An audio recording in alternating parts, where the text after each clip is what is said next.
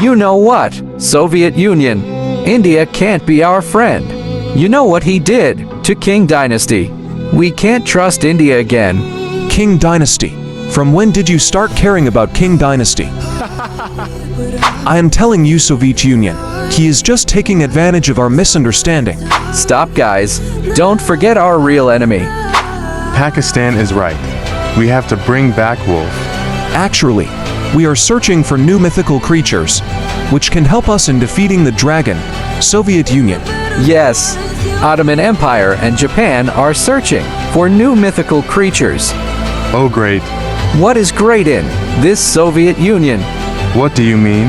I don't know much about mythical creatures, but as far as I know, most mythical creatures are evil and they only care about themselves. And even if we try to find good mythical creatures that can help us, then it will take a lot of time as well.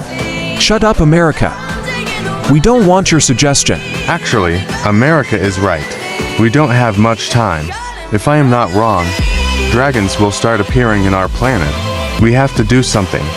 I guess we don't have any choice. We have to find Wolf. But Wolf is in heaven. Heaven. One of us has to go to heaven. Are you mad, India? Heaven, you want to kill us? Not like that.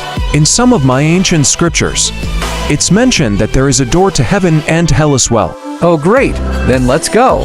But we have to be aware, as there are two doors. If by mistake we fall into door of hell, then there's a high chance that we will die. It's gonna be an epic journey. Yes, but we all can't go there. Two of us should stay here, and the other two will go and search for the door. Okay. You and America should go and search for the door, and me and Pakistan will stay on Earth. I am ready. I won't go. Don't say that you're afraid. Of course, I am not afraid.